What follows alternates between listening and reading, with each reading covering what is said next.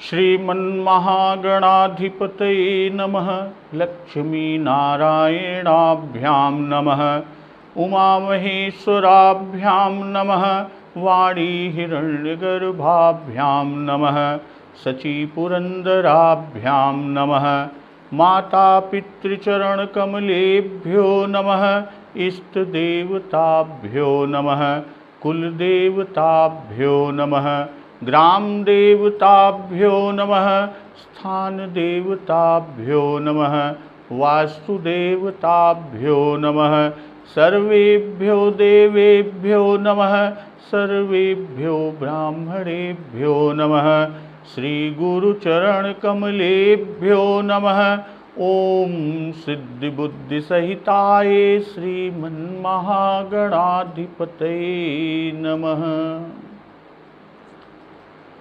मुनिश्रेष्ठ भरद्वाज जी ने भरत जी का समाधान करके कहते हैं कि करि प्रबोध मुनि बर कहु, अतिथि प्रेम प्रिय हो, कंद मूल फल फूल हम देहि लेहु करि छोहु।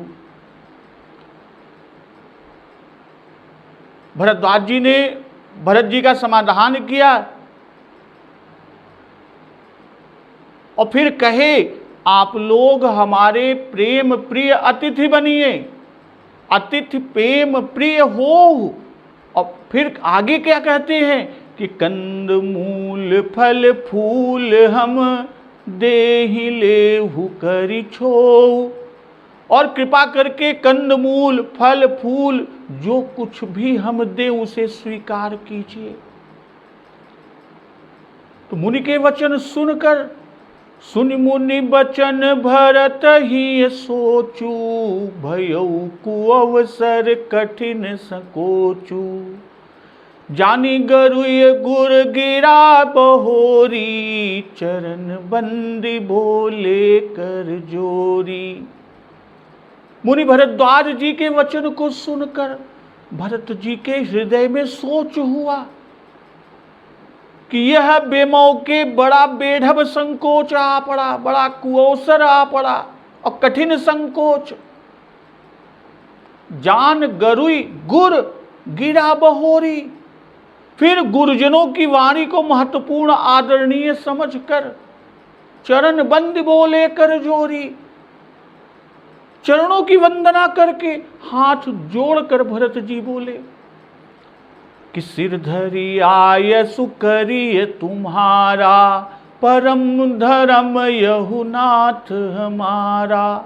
कि हे नाथ, आपकी आज्ञा को सिर चढ़ाकर, आपने जो आज्ञा दिया उस आपकी आज्ञा को सिर चढ़ाकर और उसका पालन करना यह हमारा परम धर्म है।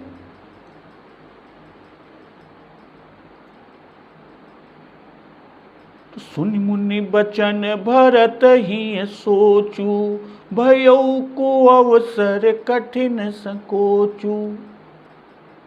सोच का कारण कि पयहार फल यसन एक, निसि भोजन एक लोग, करत नेम व्रत राम हित, परिहरि भूषण भोग। कि यहाँ तो हम लोगों का ही व्रत है और दूसरा ही तीर्थ स्थल है, और यहाँ पे हम क्षत्रिय हो के ब्राह्मण के अन्न कैसे ग्रहण करें, कैसे लें। पर यह भाव शिथिल है। क्यों?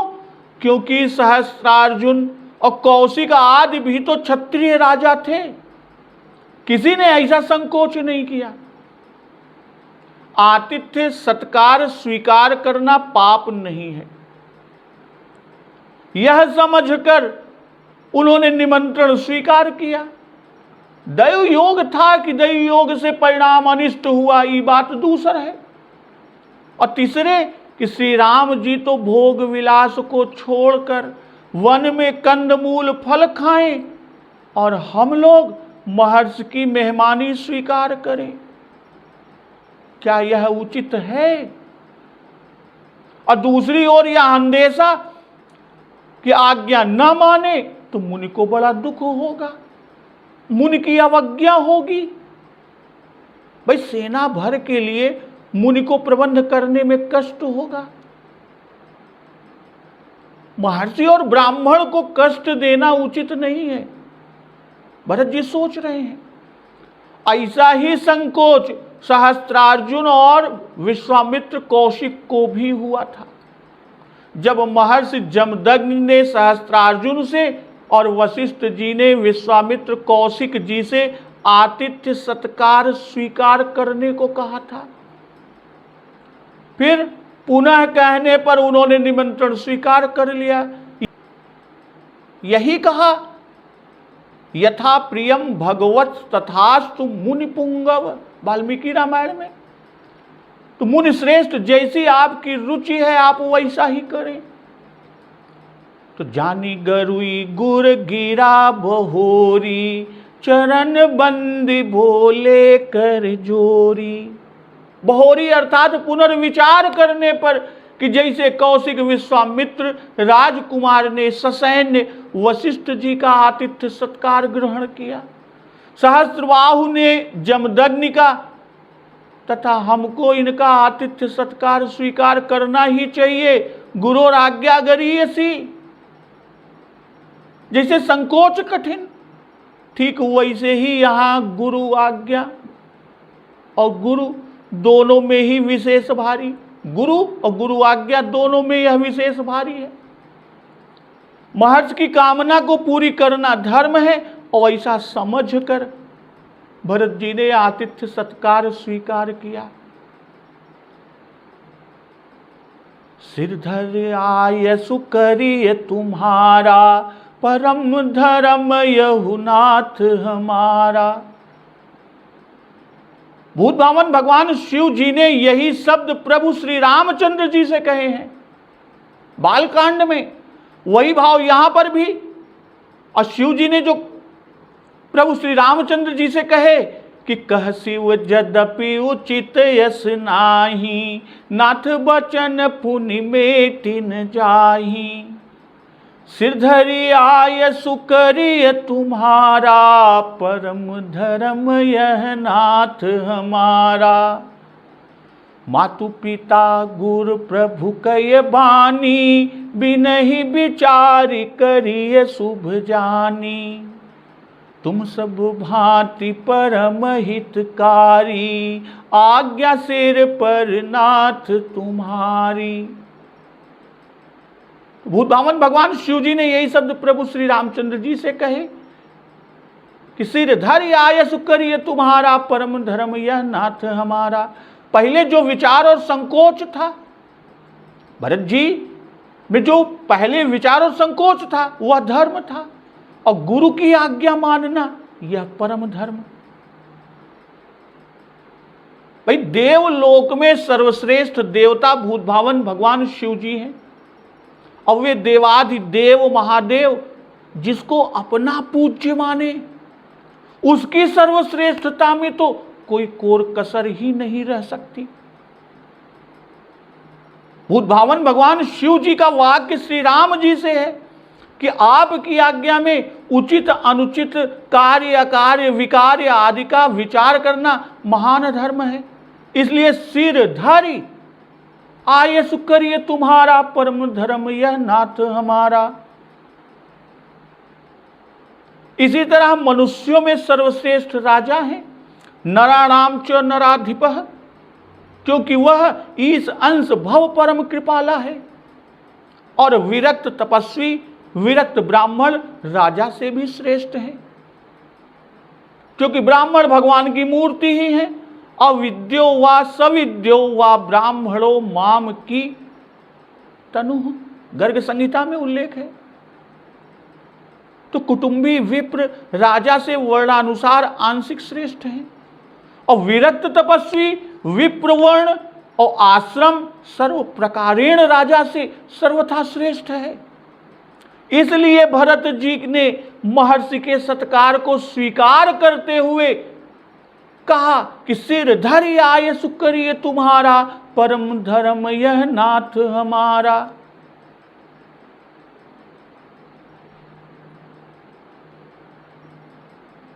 इस पर यदि कहा जाए कि भूत भावन भगवान शिव जी ने तो आज्ञा का पालन किया, पर भरत जी ने तो कहा भर, किंतु उनकी दी हुई वस्तु अपने शारीरिक व्यवहार में नहीं लाए।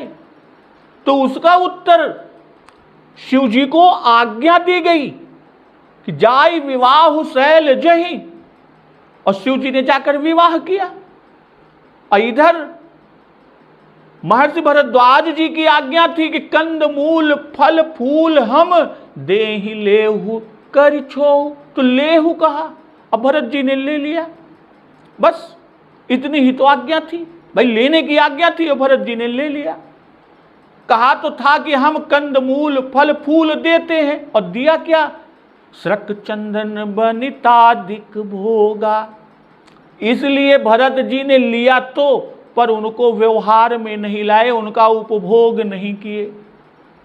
देवलोक में जैसे भगवान श्री राम श्रेष्ठ हैं, वैसे ही परलोक में विरक्त तपस्वी ब्राह्मण सर्वश्रेष्ठ हैं। इसी से दोनों जगह एक ही चौपाई बाबा गोस्वामी तुलसीदास द्वारा रखी गई। तो भरत बचन मुनि बर मन भाए, सुचि सेवक शिष निकट बुलाए। भरत जी के वचन को सुनकर मुनिश्रेष्ठ भरद्वाज जी के मन को अच्छे लगे। उन्होंने पवित्र सेवकों और शिष्यों को पास बुलाया, सुचि सेवक शिष निकट बुलाए।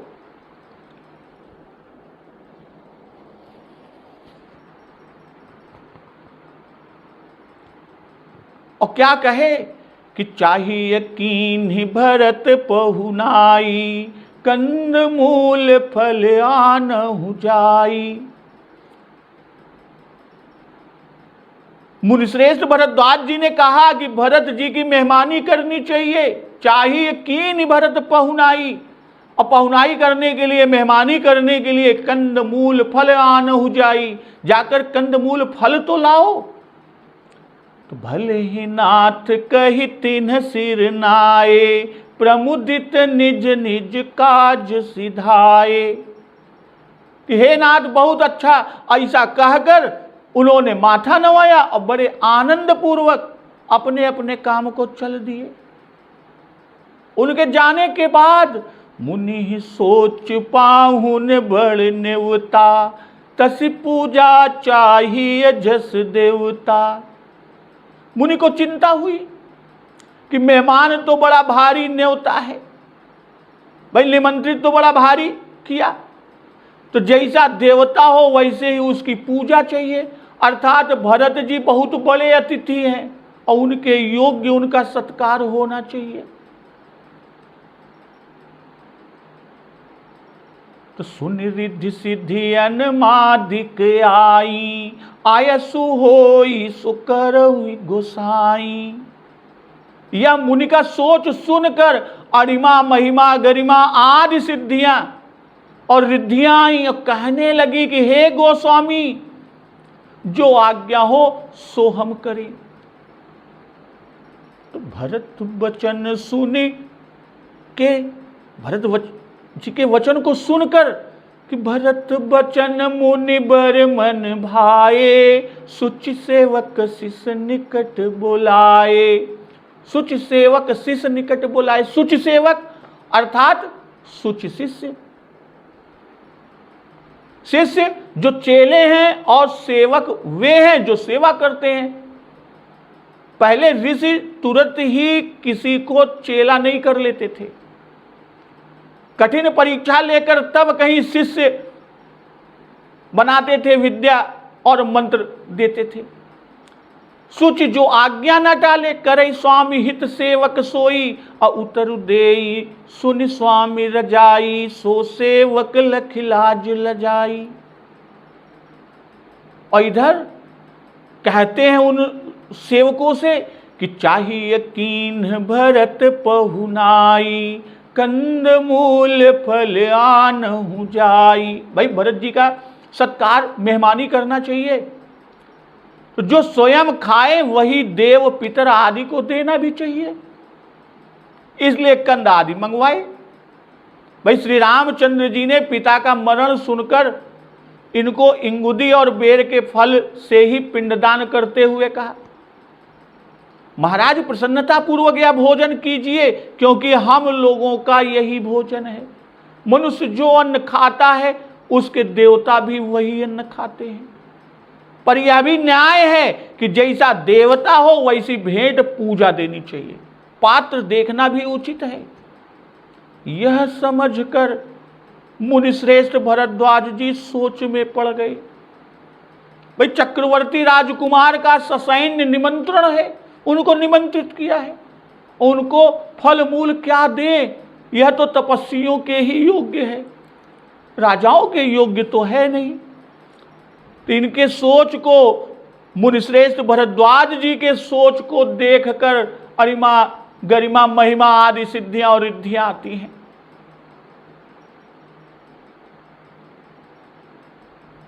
कि भले ही नाथ कही तिन्ह सिर नाये, प्रमुदित निज निज काज सिधाए। भाई गुरु और स्वामी की आज्ञा में हर्ष होना ही चाहिए। और निज निज अर्थात जो जिसको कार्य सौंपा गया, कोई कंद लेने गया, कोई फल लेने गया, कोई मूल लेने गया, जो जिसकी पहचान में कुशल थे वो उसको लेने के लिए चल दिए। तो मुनि ही सोच पाहुन बड़ नेवता, तसी पूजा चाहिए जस देवता। भाई मुनि को चिंता हुई कि हमने तो बहुत बड़े मेहमान को न्योता दे दिया, न्योता तो बहुत बड़े बड़े के दे दी, अब जैसा देवता हो वैसी ही उसकी पूजा भी होनी चाहिए। और यह सुनकर सुनिरिधि सिद्धियन मादिक आई, आयसु होई सुकरहि गोसाई। सुनिरिधि सिद्धि में सुनि शब्द से यह मालूम पड़ता है कि मुनि ने उनको बुलाया और आज्ञा सुनकर वे आई। शंका की जाती है कि मुनि का बुलाना कैसे माना जाए। तो इसका समाधान कि जब कर्ता मुनि जी लिख गए कि मुनि ही सोच पाहुन बड़ न्योता, और क्रिया भी मुनि जी के लिए लिखी है, सुनी के मुनि के पास सब आई। भाई बिना कर्म के क्रिया कैसे सिद्ध होगी। तो सिद्धियों को बुलाना जो कर्म है वह भरद्वाज मुनि का है। वाल्मीकि रामायण में उल्लिखित है कि मुनि ने विश्वकर्मा आदि का आवाहन किया कि वे सब आतिथ्य सत्कार में सहायता करें। और अध्यात्म रामायण में कामधेनु का स्मरण किया। तो बाबा गोस्वामी तुलसीदास जी ने सबके मतों को रखने के लिए केवल यहां सुनि शब्द दे दिया कि मुनि के ध्यान करते ही सब देवता आ गए। या रिद्धि सिद्धि सदा मुनि के आश्रम में उपस्थित रहती थी कि कभी हम लोगों को सेवा का सौभाग्य मिल जाए, सेवा का सौभाग्य प्राप्त हो जाए। पर मुनि जी ने कभी सेवा नहीं ली ही नहीं।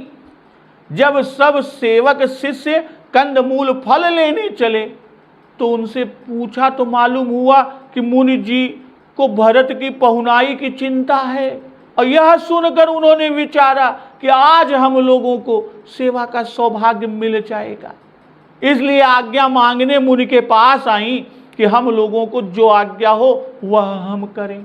रिद्धि सिद्धि सिर धर मुनि बरबानी, बड़ भागिनी आपु हिम अनुमानी। भाई मुनि का सोच तब मिटा और वे मुदित हुए कि अब योग्य आतिथ्य सत्कार होगा।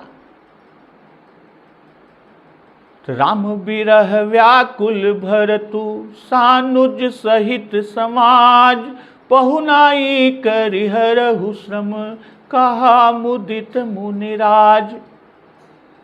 भाई मुनिश्रेष्ठ ने प्रसन्न होकर कहा कि छोटे भाई शत्रुघ्न जी और समाज सहित भरत जी श्री राम जी के विरह से व्याकुल हैं। राम विरह व्याकुल भरतु, सानुज स अनुज यानी अनुज सहित समाज, अब पहुनाई करिहरहु श्रम, कहा मुदित मुनिराज। कि उनकी मेहमानी, उनका आतिथ्य सत्कार करके इनके श्रम को दूर करो। तो रिद्धि सिद्धि सिर धरि मुनि बरबानी, बड़ भागिनी आप ही अनुमानी। रिद्धि सिद्धियों ने मुनि श्रेष्ठ के वचन को सिरोधार्य कर कर, सिर पर धारण कर कर अपने को बड़ी भाग्यवती समझी। कहीं परस पर सिद्धि समुदायी, अतुलित अतिथि राम लघु भाई।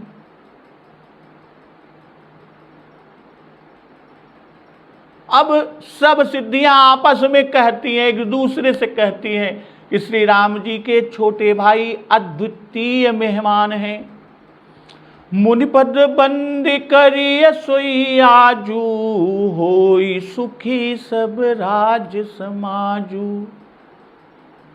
मुनि के चरणों की वंदना करके आज वही करना चाहिए जिससे सब राज समाज सुखी हो।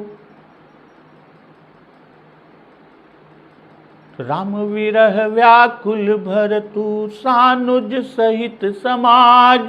पहुनाई करिहरहु श्रम, कहा मुदित मुनिराज। कहा मुदित मुनिराज, भाई पहले बड़ा सोच था वह अब दूर हुआ। मुदित यानी फिर संत पराये सुख से सुख मानते हैं। अब भरत सा समाज सुखी होंगे यह समझ कर सुखी हुए।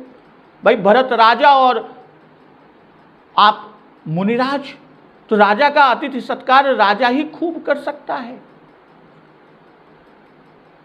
इसलिए रिद्धि सिद्धि सिर धरि मुनि बर बानी, सिरोधार्य करके मुनि जी की वचन को बड़ भागिनी आप ही अनुमानी। भाई इनकी सदैव रिद्धि सिद्धियों की यही लालसा रहती थी, मुनि हमें कुछ आज्ञा दे, हमारी ओर देखें। पर इस दरबार में सदा अनादर ही रहा, कभी उनसे उनको कुछ कहा ही नहीं करने को। तो वो आपस में कहती है कि आज हमें सेवा का मौका हाथ लगा है।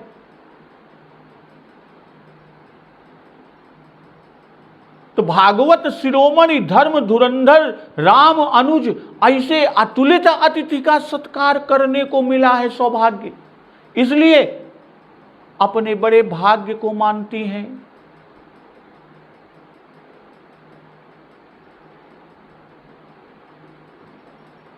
तो कहीं परस पर सिद्धि समुदायी, अतुलित अतिथि राम लघु भाई। भाई अपने को बड़भागिनी मानी और इसी से अपना संकोच भी प्रकट करती है कि इनके योग्य हम समृद्ध एकत्र नहीं कर सकेंगे। भाई श्री राम जी उस राज्य को तिनके की तरह छोड़ गए जिस अवध राज को सुरराज सिंहाई इंद्र सिंहाते हैं, उनके ये भाई हैं, और फिर इन्होंने भी उसे त्याग दिया उस अवध राज को। ऐसे वैराग्यवान हैं, तो ऐसे बड़े भारी मेहमान हैं राम अनुज, ऐसे भरत जी ऐसे बड़े मेहमान हैं, हमारी सेवा से सुखी हो सकेंगे यह हम लोगों को संदेह है। ये सुखी हो तो हमारा बड़ा भाग्य होगा। और इसी से उन्होंने मुनि के चरणों की वंदना की, चरणों की वंदना करके कार्य को प्रारंभ करने की ठानी। मुनि के चरणों के प्रताप से राज समाज को सुखी कर सके। भाई मुनि भरद्वाज जी भरत जी का प्रेम यथार्थ न जान पाए, नहीं तो इतना तूल न करते, क्योंकि राम विरह का ताप पहुनाई से नहीं समन हो सकता और संसारी सुख भक्त को सुखी नहीं कर सकता। कि रमा विलास राम अनुरागी, तजत वमन जिम जन बड़ भागी। परंतु सिद्धियों ने जान लिया, इसी से उन्होंने कहा कि राम अनुज अतुलित अतिथि हैं, कि अतुलित अतिथि राम लघु भाई। फिर कहा कि मुनिपद बंदी करिए सोई आजू, हो ही सुखी सब राज समाजू। कहने का तात्पर्य यहां कि भरत जी का तोष करना तो दुर्लभ है, परंतु राज समाज तो सुखी हो सकता है।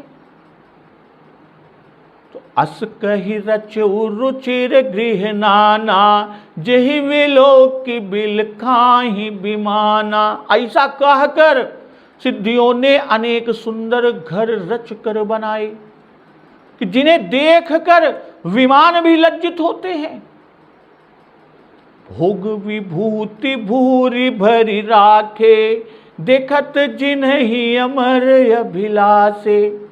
और उनमें बहुत सा भोग और ऐश्वर्य भर रखा, जिन्हें देखकर देवता उनकी इच्छा करने लगे। दासी दास साजु सब लीन्हे, जोगवत रहे मन ही मनु दीन्हे। दास और दासियां सब तरह की सामग्री लिए हुए लोगों के मन से मन लगाकर उनके मन को ताकते रहते हैं कि जिसकी जो रुचि हो वही उसे बिना मांगे हम दे दें। सब समाज सज सिद्धि पल माही, जे सुख सुरपुर सपने हुनाही।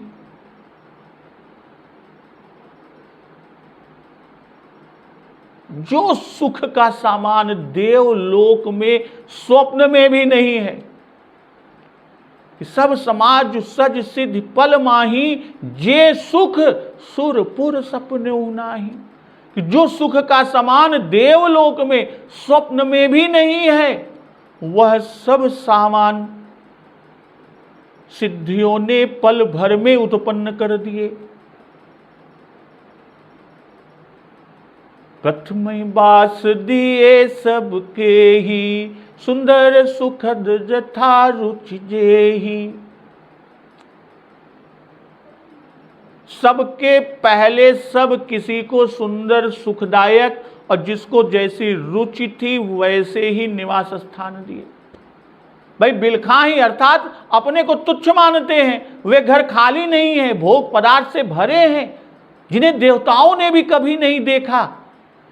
इसलिए वे ललचाते हैं, पाने की इच्छा रखते हैं कि हम भी इस समाज में जा मिले, जिससे हमें भी नसीब हो। स्वयं बाबा गोस्वामी तुलसीदास जी कहते हैं कि जे सुख सुरपुर सपने हुनाही। तो बहु ऋष परिजन भरत कहू, ऋषि यस आय सुदीन। विधि विस्मय दायक विभव, मुनि बर तप बल कीन। फिर भरत जी को कुटुंब सहित मुनि ने यह आज्ञा दी। जो ऊपर औरों के लिए कहा आए पहले सबको निवास स्थान दिए, अब इनको निवास स्थान में ठहरने की आज्ञा दी। विधि विस्मय दायक विभव, मुनि बर तप बल कीन। ब्रह्मा को भी आश्चर्य में डालने वाला कि विधि भी विस्मय में हो जाए, ऐसे ऐश्वर्य मुनि श्रेष्ठ ने अपने तपोबल से किया। रिद्धि सिद्धि सेवा करने वालों ने समाज को घरों में रहने को कहा।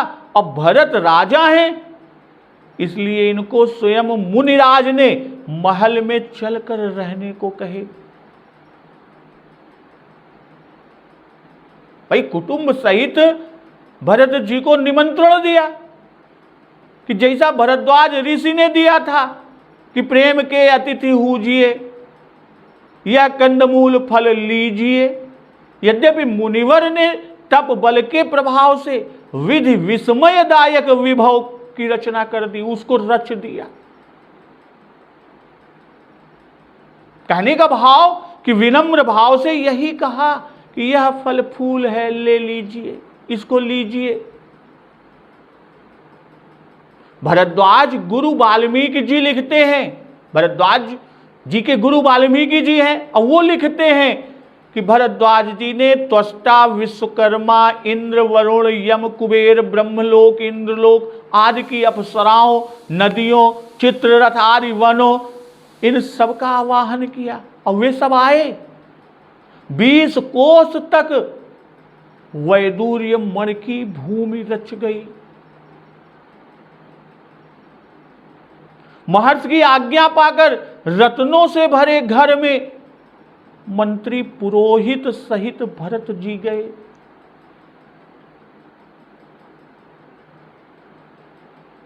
तदंतर भरद्वाज जी की महिमा से वहां तेजस्वी गंधर्वराज अलम्बुशी, मित्रकेशी आदि अप्सराएं नाचने गाने लगी, बेल के वृक्ष मृदंग बजाते, इस तरह का वैभव प्रकट हुआ। स्वप्न के समान अद्भुत महर्षि का किया हुआ आतिथ्य देख सभी विस्मित हो गए। भाई भरद्वाज जी को सेवक शिष्य और सिद्धियों की पहुनाई, उनके आतिथ्य, उनकी मेहमानी में संदेह ही रहा कि ये कर पाए कि ना कर पाए, क्योंकि पहले सेवक और शिष्यों को आज्ञा दिए।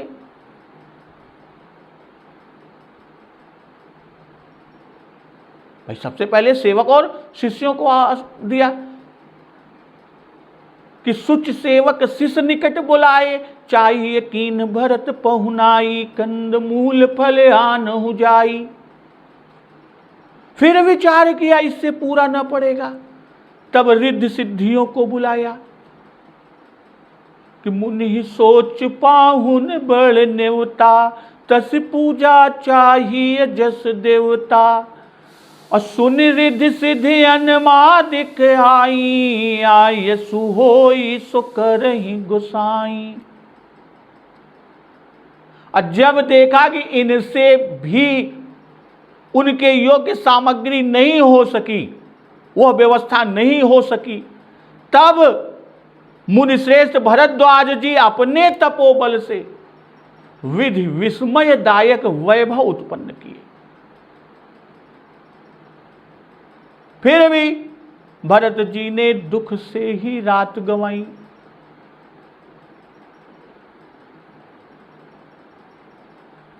इससे सिद्ध हुआ कि भरत जी की पहुनाई किसी से न हो सकी।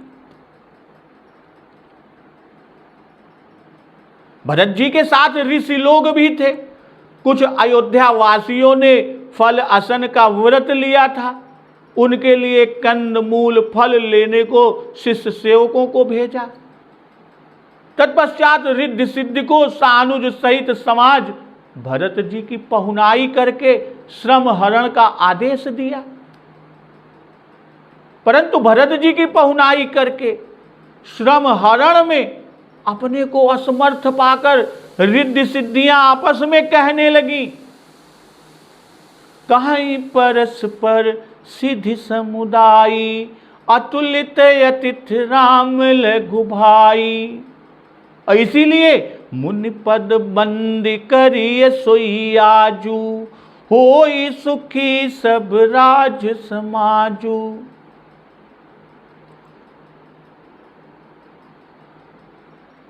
भाई सभी रिद्धि सिद्धियां आपस में बात करने लगी, एक दूसरे से कहने लगी कि राम जी के लघु भाई तो अतुलित अतिथि हैं। अतुलित अतिथि राम लघु भाई, श्री रामचंद्र जी के छोटे भाई भरत ऐसे अतिथि हैं कि जिनकी तुलना में कोई नहीं आ सकता। इसलिए मुनि पद बंदी करिए सोई आजू, होई सुखी सब राज समाजू। भाई हम लोग राज समाज को तो सुखी कर लेवेंगी। और जब मुनि जी ने यह जाना, तो मुनि जी ने यह जानकर तब विधि विस्मयदायक विभव, मुनिवर तप बल कीन। अपने तपोबल से विधि विस्मय, ब्रह्मा जी को भी आश्चर्य में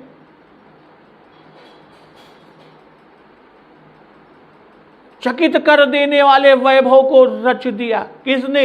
मुनिश्रेष्ठ भरद्वाज जी ने। किससे? अपने तपोबल से। अर्थात मुनि जी ने भरत के श्रम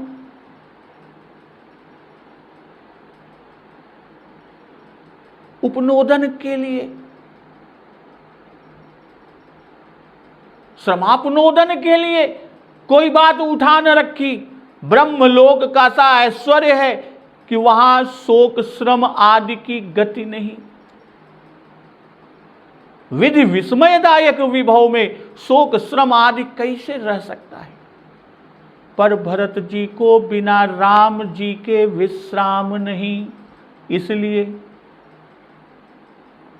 दुख में सारी रात गंवाई। अब इसके आगे का प्रसंग भक्तजन हम लोग अगले दिवस की कथा में श्रवण अमृत रसपान करेंगे।